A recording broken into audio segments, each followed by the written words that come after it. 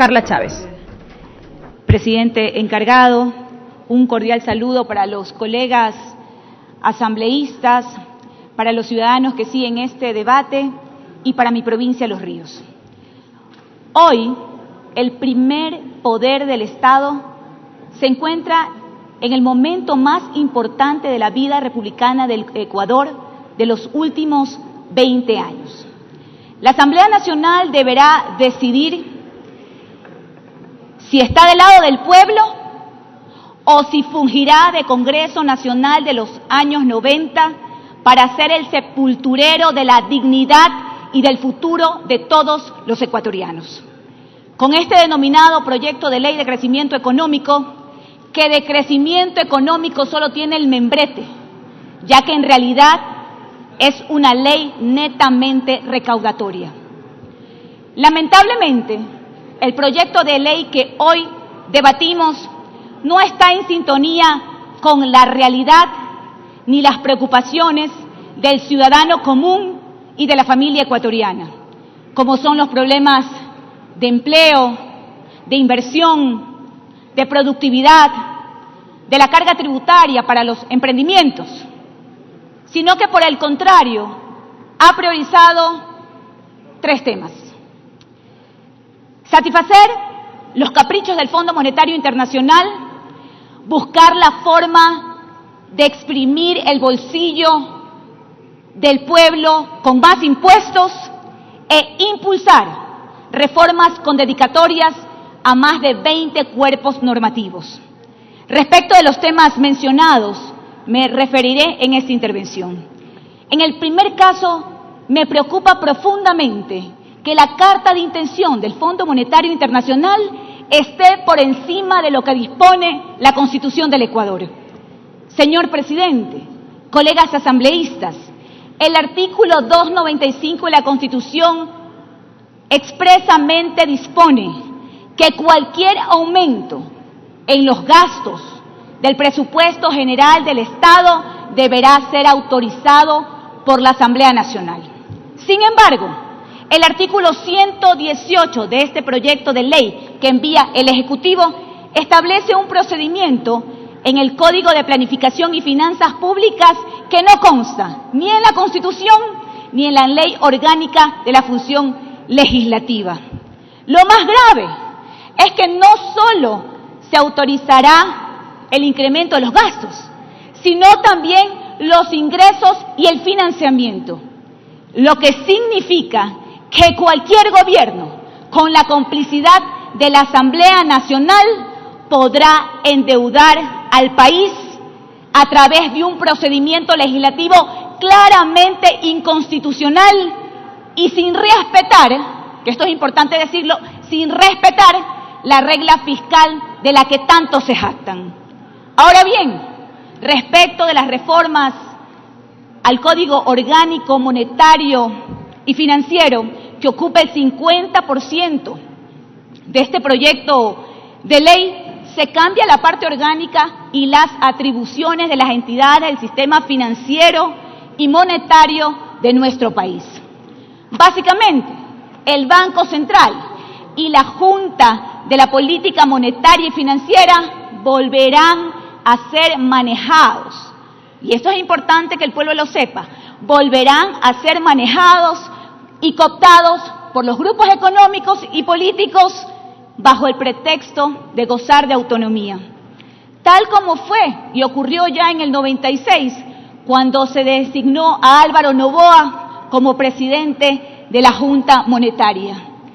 ¿Qué garantía tenemos los ecuatorianos que para estos cargos estén realmente profesionales capacitados, que actúen con un verdadero sentido de patria y que no tengan agenda propia o que no tengan agenda del Fondo Monetario Internacional? Me preocupa también profundamente que estos órganos sean integrados con 5 funcionarios designados, nombrados directamente por el presidente de la República por un periodo de 6 años. Son inamovibles a tal punto que los nuevos gobiernos tendrán que heredarlo. Señor presidente, colegas asambleístas, Esto es gravísimo para la gobernabilidad del Estado. Tal es así que en la Constitución de 1998, más conocida como la Constitución del feriado bancario, estos funcionarios al menos eran designados con la autorización del Congreso Nacional y eran susceptibles a juicio político. Hoy, con esta reforma, estos personajes serán los intocables de la política económica y monetaria del país. De aprobarse esta reforma, se estaría dando un cheque en blanco. Sí, un cheque en blanco para hipotecar, quebrar y vender al Estado.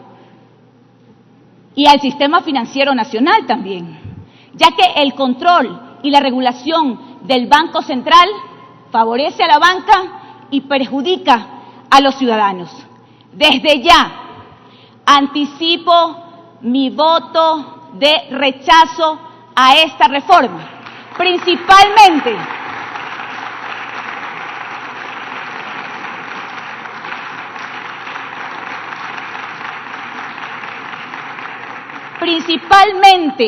la que tiene que ver con la eliminación de la liquidez doméstica de los bancos, ya que el dinero de los cuentacorrientistas y de los cuentaahorristas se irían sin ningún problema al extranjero.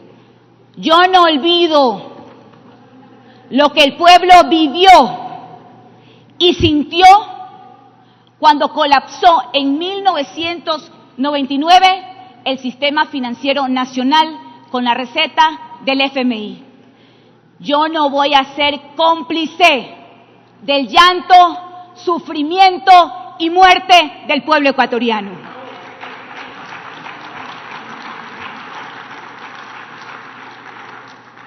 Respecto a las reformas tributarias, debo indicar que estoy de acuerdo con la eliminación del anticipo al impuesto a la renta, con el impuesto único a las actividades agropecuarias, pero no puedo dejar de mencionar varias que afectarán el bolsillo de los ciudadanos y también a los empresarios que buscan y quieren generar empleo, a esos empresarios con responsabilidad social.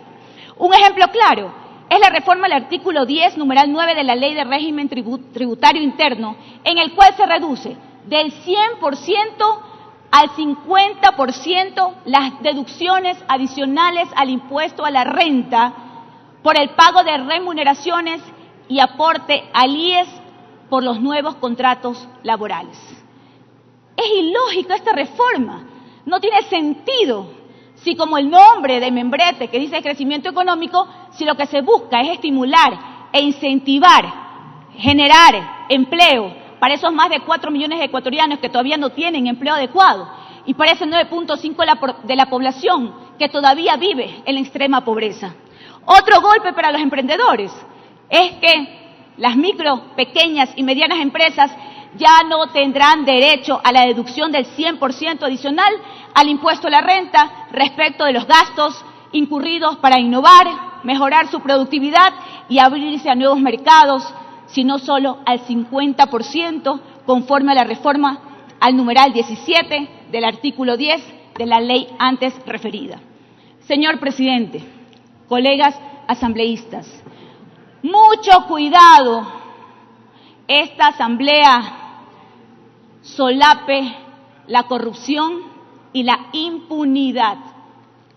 Es necesario revisar el blindaje judicial que se está creando en el régimen único de regulación tributaria. Un minuto, que propone el Ejecutivo, el cual protegería a quienes han cometido delitos de defraudación tributaria y de enriquecimiento privado no justificado. Es decir, que desde esta Asamblea Nacional no solo que se va a premiar a los que burlaron el control tributario y no pagaron sus impuestos, sino que también se les dará corona para que no respondan ante la justicia por sus delitos y sus actos ilícitos. Es decir, que el discurso anticorrupción de los que muchos hablan aquí no aplica, sino el juego del todo vale. Así también, mucho cuidado, ecuatorianos, con la reforma a la ley de Galápagos, que favorece a ciertos grupos de poder con las licencias turísticas que se extenderán por el plazo de 25 años. Asimismo, con la reforma a la Ley Orgánica de Educación Superior, que permitirá ofrecer maestrías de papel sin control alguno. Y ojo con la disposición transitoria 24ª de este proyecto de ley, que abre la puerta para que el Ministerio de Trabajo desvincule a funcionarios del sector público que tienen nombramientos provisionales. Ya con esto acabo, señor presidente, señores asambleístas.